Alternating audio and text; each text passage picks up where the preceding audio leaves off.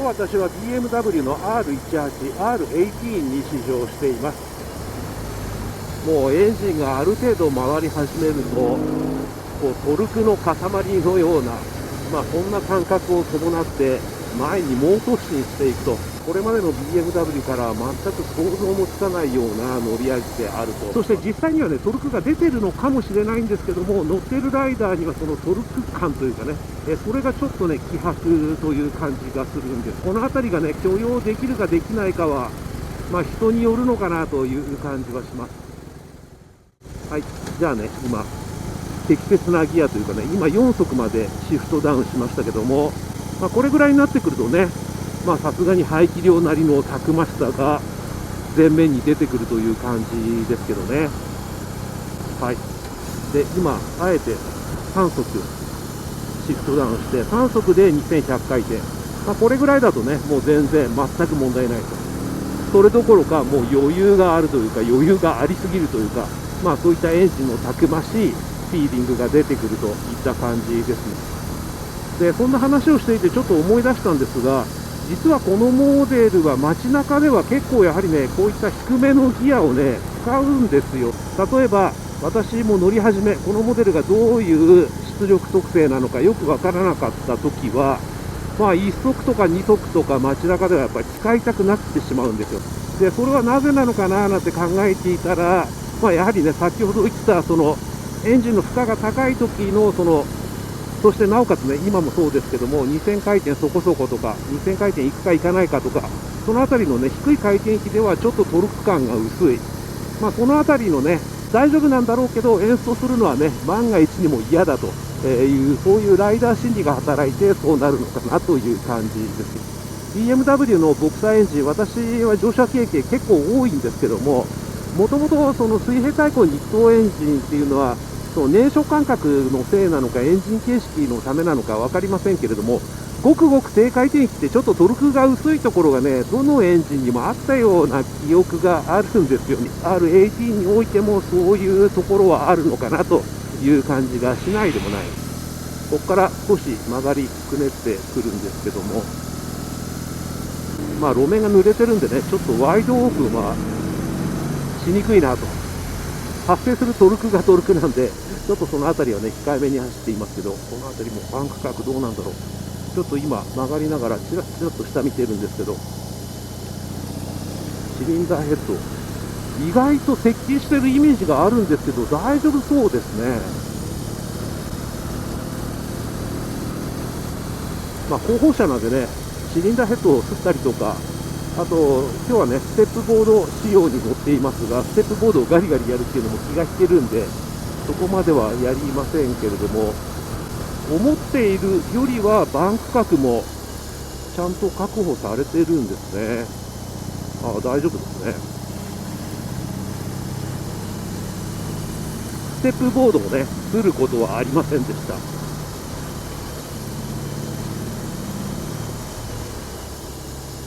トンネルの中に入るとドスの効いたすごい音が聞こえてきますね。この音もね、このモデルの魅力の一つでしょう。このモデルのね、身のこなし、やはりこう、リーン方向はこんな感じで、結構軽く動くんですよね。これはやはりね、ヘッドが軽くできる。ヘッドの中身は比較的シンプルな OHV の特性がうまく活かされているといった印象です。で、ハンドリングに関して言うと、そうですね、それほどシャープという感じではないですけれども、高速道路でコメントした通り、重心がとにかく低いので、そのヘッドのね、設置するんじゃないかという、そういった圧迫感はともかくとして、車体を倒していくことができれば、結構軽快に曲がってくれるといった感じですね。ハンドリング自体は、フロント側からインにスーッと入っていくという感じではなくて、今日ね、こういう状況なんでそんなに開けられませんけれども、やはりリアタイヤメインで旋回していく。で、フロントタイヤはそれに追従しているという、そういった役割に徹しているのかなという感じです。こうして乗っているとつくづく感じることですが、このモデルはね、これまで何度もコメントしてきた通り、ボクサーエンジン、水平対向2気筒エンジンを搭載しているので、燃焼間隔は等間隔なんですよ。なので、ハーレーのようにドロッドロっていうような感じではなく、開けていった時もドドドドドっていう、あくまでも等間隔のバイブレーションがライダーに伝わってくるという感じ。この辺りに関しては、少し好みが分かれるところかもしれないですね。はい、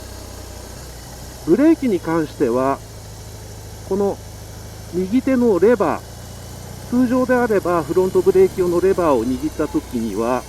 後輪にも制動力が配分される BMW のインテグラル ABS をこのモデルは採用しています。こういったね、峠道では前後連動ブレーキ、しかもこれだけの大型モデルともなれば、やはり安心感は高い。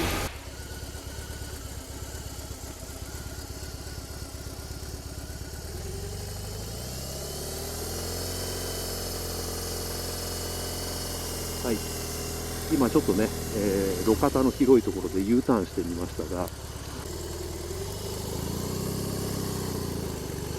先ほどのようなね、U ターンのような小技を決めるときというのは、先ほどから正回転域でのトルク感がちょっと薄いかなと、コメントしてきていますが、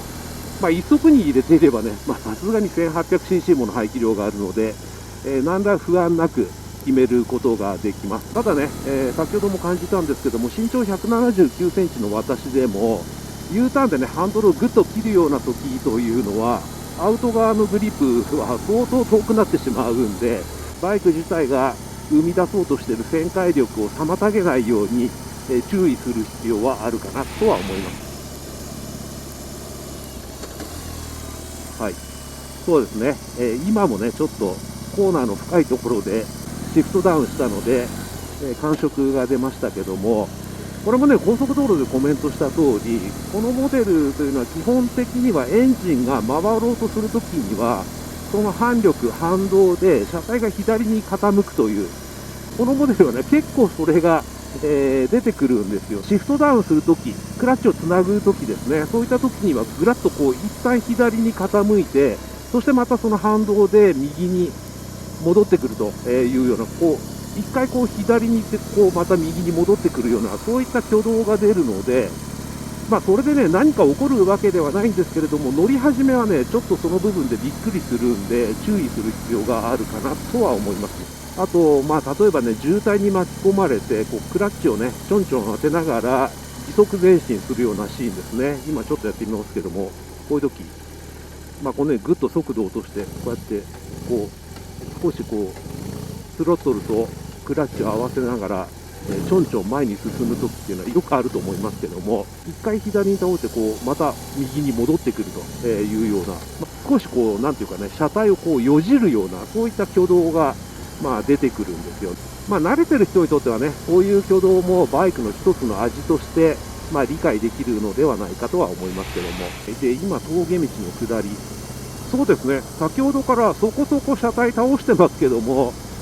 シリンダーヘッドやステップが設置するということはあまりなかったので、あまりないというか全然なかったので、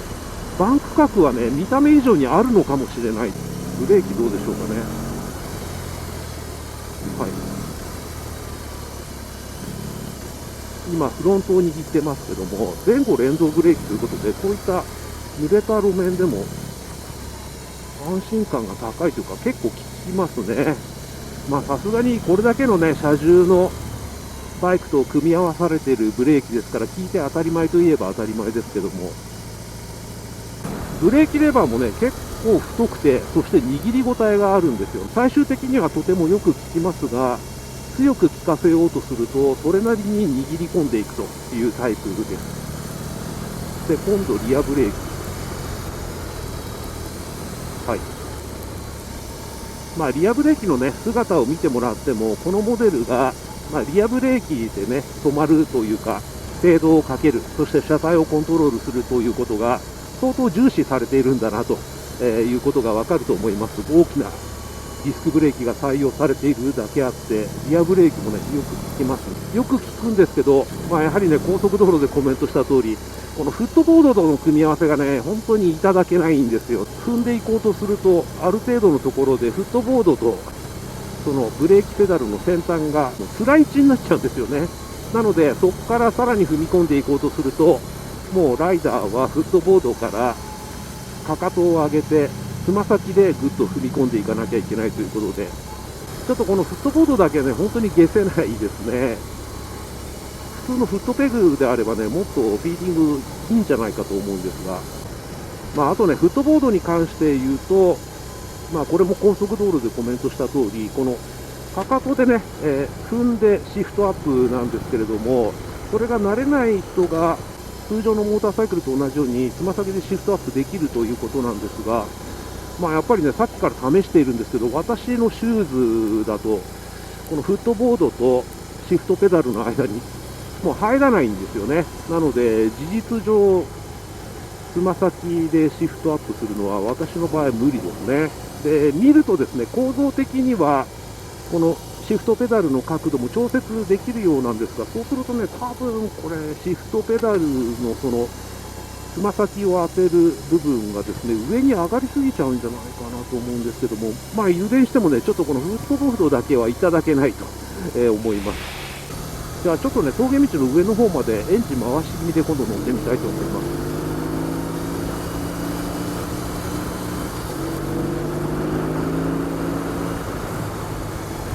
やっぱりね、エンジンがある程度回っていれば、このトルク感は本当にすごい。パワーよりもエンジンの特性としてはもう思いっきりトルクに振ってるという感じ。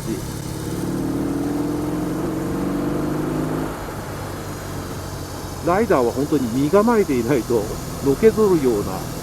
そんなトルクですね。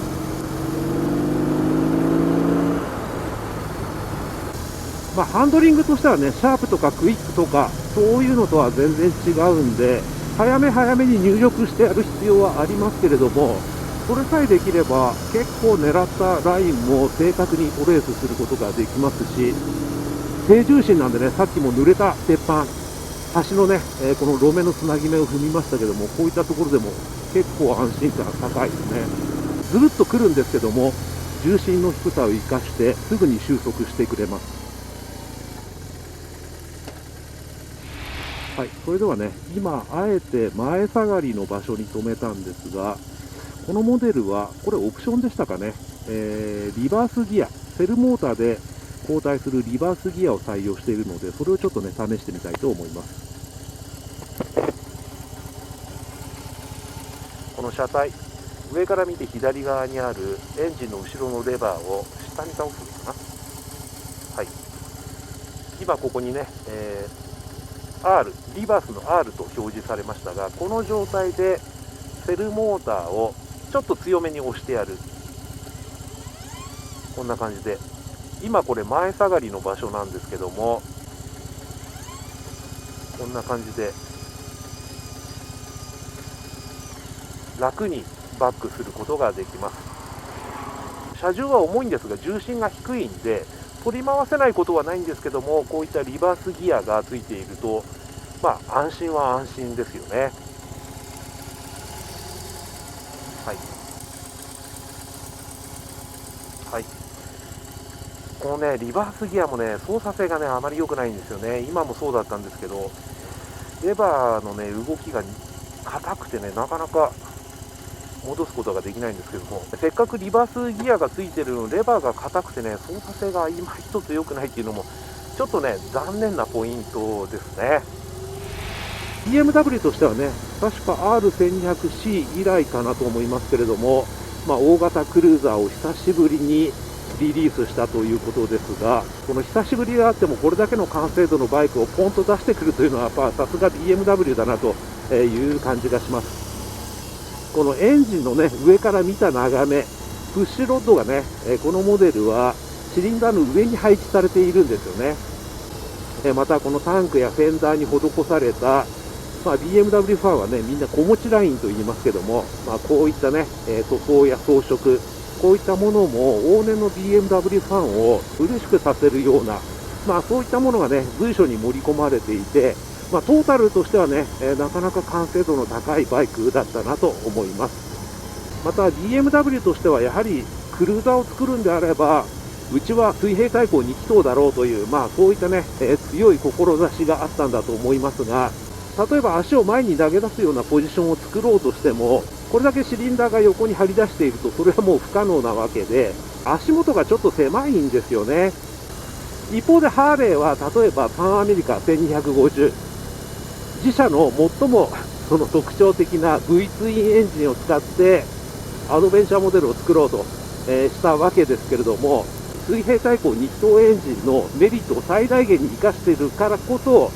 GS はアドベンチャーモデルの王者たる位置に君臨しているわけで、 GS ほどアドベンチャーモデルにとって有利な車体を作れたかというと、そこもなかなか厳しかろうということで、個人的にはね、BMW が V ツインを作ってもいいと思いますし、ハーレーが水平対向2気筒エンジン、ボクサーエンジンを作ってもいいと思うんですが、お互い絶対それはしたくないんでしょうね。相手の真似をしないがゆえに弱点も内包してしまうという、なかなか面白い構図だなと、個人的には思います。ということで今日は BMW の大型クルーザーモデル R18、R18、ファーストエディションに試乗しました。それでは。